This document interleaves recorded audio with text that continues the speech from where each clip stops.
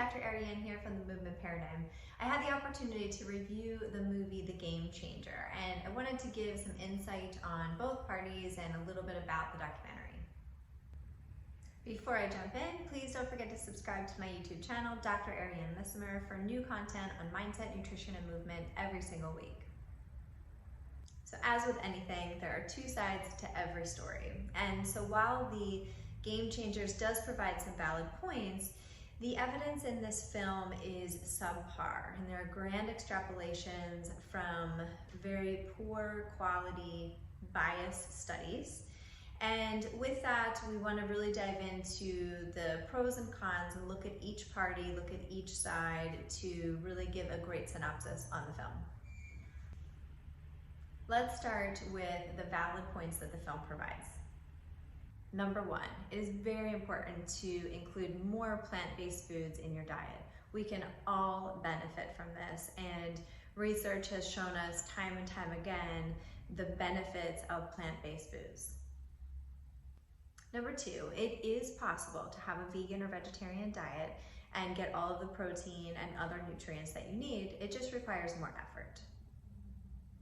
Number three, reducing your animal intake due to environmental, moral, or religious reasons is completely valid.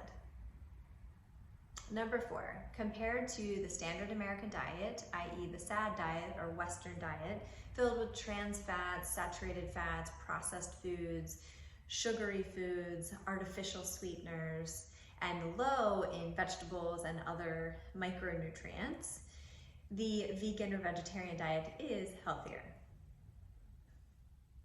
So as you can see, there are some valid points raised by this documentary. However, the information and claims in this film are very misleading. So let's dive into some of the issues with the film.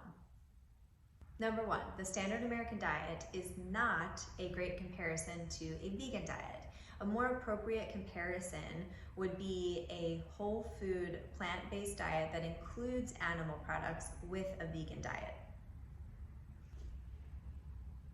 Number two, athletes who represent the most health conscious people in the world are not representative of the general population. Number three, the cloudy blood experiment. So first, it is an experiment, not a study, of these three athletes.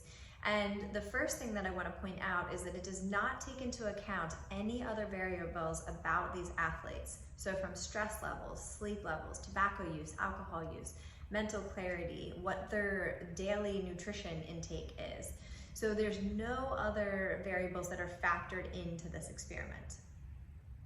In addition to that, this visual demonstration is taken completely out of context.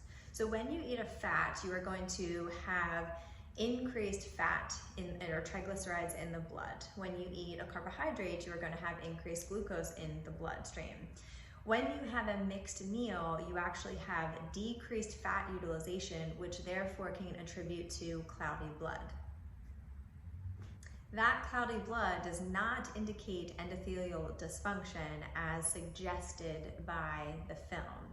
So this is a normal process, and once again, we haven't taken into account any other variables about these specific athletes. So we really have no idea how that experiment would impact them on a greater level.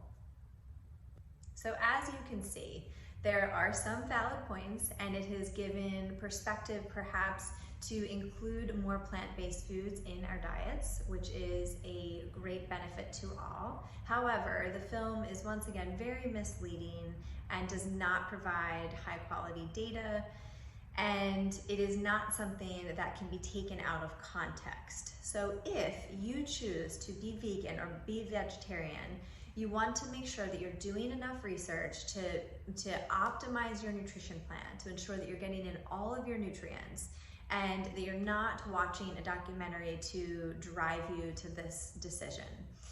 If, however, you choose to eat healthy, lean proteins in your diet, that is absolutely okay and encouraged as well. So it's really your choice, but you do want to make sure that when you read or watch things like this, that you really understand that In this case, there was so much fear-mongering and so much bias that it is not something that you want to use to drive your health decisions. Make sure you do your research, find a qualified health professional to guide you, and make sure that you are seeking your own optimal journey to health.